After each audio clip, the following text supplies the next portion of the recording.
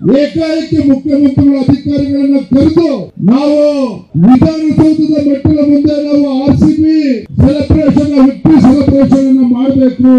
ಆಗ ಅಧಿಕಾರಿಗಳು ಹೇಳಿದ್ರು ಯಾವುದೇ ಕಾರಣಕ್ಕೂ ಇಷ್ಟೊಂದು ಕಡಿಮೆ ಅವಧಿಯಲ್ಲಿ ಈ ಒಂದು ಸಂಭ್ರಮಾಚರಣೆ ಮಾಡೋದಕ್ಕೆ ಆಗೋದಿಲ್ಲ, ಒಂದು ವಾರ ಆದ್ರೂ ಸಮಯ ಕೊಡಿ, 4-5 ದಿನ ಆದ್ರೂ ಸಮಯ ಕೊಡಿ ಅಂತ ಹೇಳಿದ್ರು ಕೂಡ ನಾನು ಮುಖ್ಯಮಂತ್ರಿ ಇದ್ದೇನೆ, ನಾನು ಆದೇಶ ಮಾಡ್ತಾ ಇದ್ದೇನೆ. ಇವತ್ತು ಸಂಜೆ 4 ಗಂಟೆಗೆ ವಿಧಾನಸೌಧದ ಭವ್ಯ ಮೆಟ್ಟಲ ಮುಂದೆ ಆರ್ಸಿಬಿ ನಾವು ವಿಜಯೋತ್ಸವನ ಆಚರಣೆ ಮಾಡ್ತೇವೆ ಅಂತ ಹೇಳಿದಾಗ ಅನಿವಾರ್ಯವಾಗಿ ಅಧಿಕಾರಿಗಳು ಒಪ್ಪಿಕೊಳ್ಳಬೇಕಾಯ್ತು. ಯಾವಾಗ ಮುಖ್ಯಮಂತ್ರಿಗಳ ಒತ್ತಡಕ್ಕೆ ಅಧಿಕಾರಿಗಳು ಮಾಡಿದ್ರು ಅಲ್ಲಿ ಡಿ.ಕೆ. ಶಿವಕುಮಾರ್ ಹೇಳಿದ್ರು ಸಿದ್ದರಾಮಯ್ಯನವರು ಅಲ್ಲಿ ವಿಜಯೋತ್ಸವನ ಮಾಡಿದ್ರೆ ನಾನೇನ್ ಕಡಿಮೆ ಉಪಮುಖ್ಯಮಂತ್ರಿ, ರಾಜ್ಯದ ಉಪಮುಖ್ಯಮಂತ್ರಿ ಇದ್ದೇನೆ, ಅವರು ವಿಧಾನಸೌಧದ ಭವ್ಯ ಮೆಟ್ಟಿಲ ಮುಂದೆ ವಿಜಯೋತ್ಸವನ ಆಚರಣೆ ಮಾಡಿದ್ರೆ ನಾನು ಚಿನ್ನಸ್ವಾಮಿ ಸ್ಟೇಡಿಯಂ ನಲ್ಲಿ ಲಕ್ಷಾಂತರ ಜನ ಸೇರಿ ಮಾಡ್ತೇವೆ, ವಿಜಯೋತ್ಸವ ಆಚರಣೆ ಮಾಡ್ತೇವೆ. ಮುಖ್ಯಮಂತ್ರಿ ಉಪಮುಖ್ಯಮಂತ್ರಿಗಳ ಮತ್ತೆ ಪೈಪೋಟಿಯನ್ನು ಏರ್ಪಡ್ತು. ಈ ವಿಜಯೋತ್ಸವ ಸಂಭ್ರಮಾಚರಣೆಯಲ್ಲಿ ತಮ್ಮ ಇಮೇಜ್ ಅನ್ನ ಜಾಸ್ತಿ ಮಾಡ್ಕೋಬೇಕು ಅಂತ ಏನು ಹುಚ್ಚಾಟ ಪ್ರಾರಂಭ ಆಯ್ತು, ಪೈಪೋಟಿ ಪ್ರಾರಂಭ ಆಯ್ತು. ಇವರ ಪೈಪೋಟಿಯ ಪರಿಣಾಮವಾಗಿ ಕಾಂಗ್ರೆಸ್ ಸರ್ಕಾರ ಸಿದ್ದರಾಮಯ್ಯ, ಡಿ.ಕೆ. ಶಿವಕುಮಾರ್ ಅವರ ಹುಚ್ಚಾಟದ ಪರಿಣಾಮವಾಗಿ ಇವತ್ತು ಇವರ ಒಂದು ವಿಜಯೋತ್ಸವ ಆಚರಣೆ ಮಾಡೋದಕ್ಕೆ ಹೋಗಿ ಅಲ್ಲಿ 11 ಜನ ಅಮಾಯಕರು ಪ್ರಾಣವನ್ನು ಕಳೆದುಕೊಂಡಿದ್ದಾರೆ. ಗವರ್ನರ್ಗೆ ಈ ಕಾರ್ಯಕ್ರಮನೇ ಗೊತ್ತಿರಲಿಲ್ಲ. ಗವರ್ನರ್ನ ಕರೆದವರು ಸಿಎಂ ಅವರೇ, ಕಾರ್ಯಕ್ರಮ ಟ್ವೀಟ್ ಮಾಡಿದವರು ಸಿಎಂ ಡಿಸಿಎಂ ಅವರು. ಈಗ ಹೇಳ್ತಾರೆ ಸತ್ತ ಮೇಲೆ ನಮಗೂ ಈ ಕಾರ್ಯಕ್ರಮ ಸಂಬಂಧ ಇಲ್ಲ ಅಂತ. ನಾನು ಪ್ರಶ್ನೆ ಕೇಳ್ತೀನಿ, ನಿಮ್ಮ ಕಾರ್ಯಕ್ರಮ ಸಂಬಂಧ ಇಲ್ಲ ಅಂದ್ರೆ DPR ಅಲ್ಲಿ ಪರ್ಮಿಷನ್ ಕೊಟ್ಟಾರ ಯಾರು? DPR ಇಲಾಖೆ ಯಾರ ಅಡಿಯಲ್ಲಿ ಬರುತ್ತೆ?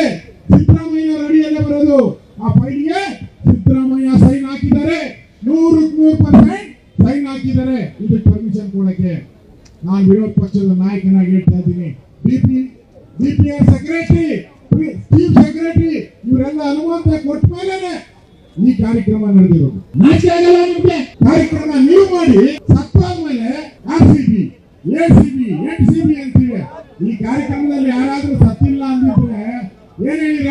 ನಮ್ದೇ ಕಾರ್ಯಕ್ರಮ, ನಾವೇ ಮಾಡಿದ್ದು, ನಾವೇ ಕರೆದಿದ್ದು, ನಾವೇ ಅವಾರ್ಡ್ ಕೊಟ್ಟಿದ್ದು ಅಂತೀವಿ. ತಪ್ಪು RCBದು, ಆದ್ರೆ ತಪ್ಪು ಸರ್ಕಾರದ್ದು.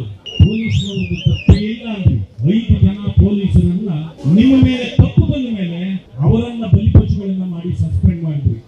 ಆಯ್ತು, ಎಲ್ಲರೂ ಹೇಳಿದ್ರು ಇಂಟೆಲಿಜೆನ್ಸ್ ಫೇಲ್ಯೂರ್ ಅಂತ. ಮುಖ್ಯಮಂತ್ರಿಗಳೇ, ಇಂಟೆಲಿಜೆನ್ಸ್ ಯಾರ ಕೈಯಲ್ಲಿದೆ? ನಿಮ್ ಕೈಯಲ್ಲಿ ಇದೆ. ನೀವು ಫೇಲೆ. ಇಂಟೆಲಿಜೆನ್ಸ್ ಚೀಫ್ ಆಗಿದ್ದವ್ರು ಯಾರು? ನಿಂಬಾಳ್ಕರ್ ಅವರು. ಯಾಕೆ ಅವ್ರನ್ನ ಸಸ್ಪೆಂಡ್ ಮಾಡಿಲ್ಲ? ನಿಮಗೆ ತಾಕತ್ತಿಲ್ಲ. ಯಾಕೆ? ಅವ್ರನ್ನ ಮುಟ್ಟಿದ್ರೆ ನೀವು ಸುಟ್ಟೋಗ್ತೀರಿ.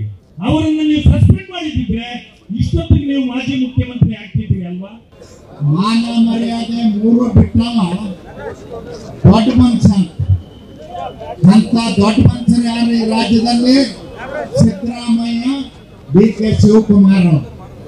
ಅವರಿಗೆ ಮಾನ ಮರ್ಯಾದೆ ಇದ್ರೆ 11 ಜನ RCB ಘಟನೆಯಲ್ಲಿ ನಿಧನರಾದದ್ದು ನೋಡಿ ಒಂದು ಕ್ಷಣನೂ ಇರದೆ ರಾಜೀನಾಮೆ ಕೊಟ್ಟು ಗೌರವದಿಂದ ತನಿಖೆಗೆ ಅನುವು ಮಾಡಿಕೊಡ್ಬೇಕಾಗಿತ್ತು. RCB ಟೀಮ್ಗೆ ತೀರ್ಮಾನವನ್ನು ಮಾಡಬೇಕು ಅಂತಕ್ಕಂಥ ತೀರ್ಮಾನವನ್ನು ಮಾಡಿತು. ಮತ್ತೊಂದು ಕಡೆ DPR ಸೆಕ್ರೆಟರಿಗಳು PSCಗೆ ಸ್ಟೇಡಿಯಂಗೂ ಅಭಿಮಾನಿಗಳು ಬರಬೇಕು ಅಂತಕ್ಕಂಥದ್ದನ್ನ ಮಾಧ್ಯಮದ ಮೂಲಕ ತಿಳಿಸ್ತಾರೆ. ಪೊಲೀಸ್ ಇಲಾಖೆ ಸರ್ಕಾರಕ್ಕೆ ಮುಖ್ಯ ಕಾರ್ಯದರ್ಶಿಗೆ, DPR ಕಾರ್ಯದರ್ಶಿಗೆ ಪತ್ರವನ್ನು ಬರೀತಾರೆ. ಈ ಕಾರ್ಯಕ್ರಮಕ್ಕೆ ಪೊಲೀಸ್ಗೆ ರಕ್ಷಣೆ ಕೊಡಕ್ಕಾಗೋದಿಲ್ಲ, ರಾತ್ರಿ ಎಲ್ಲ ಹೊರಗಿದ್ದಾರೆ ಅಂತಕ್ಕಂಥ ಮಾತನ್ನು ಹೇಳ್ತಾರೆ. ಅದು ಪೊಲೀಸರ ಹೇಳಿಕೆ ನಿರ್ಲಕ್ಷ್ಯ ಮಾಡಿ ಈ ಸರ್ಕಾರಕ್ಕೆ ಒಳ್ಳೆಯ ಬರಬೇಕು, ಪ್ರಧಾನ ತರಬೇಕು ಅಂತಕ್ಕಂಥ ಒಂದು ದೃಷ್ಟಿಯಿಂದ ಆ ವಿಧಾನಸೌಧದ ಮುಂಭಾಗದಲ್ಲಿ ಸನ್ಮಾನ ಮಾಡೋದ್ರಲ್ಲ. ಇವತ್ತು ಕಾಂಗ್ರೆಸ್ ಸರ್ಕಾರ ಇದಕ್ಕೆ ನೇರ ಹೊಣೆ ಅಂತೇಳಿ ನಾನು ಕೂಡ ಈ ಸರ್ಕಾರ ಕೂಡಲೇ ರಾಜೀನಾಮೆಯನ್ನು ಕೊಡಬೇಕು. ಈ ಸರ್ಕಾರವನ್ನ ಕಿತ್ತೋಗಿಯ ತನಕ ನಾವು ಯಾವತ್ತೂ ಕೂಡ ಈ ವಿರೋಧ ಪಕ್ಷವಾಗಿ ನಾವು ಏನು ಅವರ ಸಾವಿನಲ್ಲಿ ಪಾಪ ಮಡಿದಿದ್ದಾರೆ ಅವ್ರ ಜೊತೆ ಇದ್ದೇವೆ ಅನ್ನೋ ಮಾತನ್ನ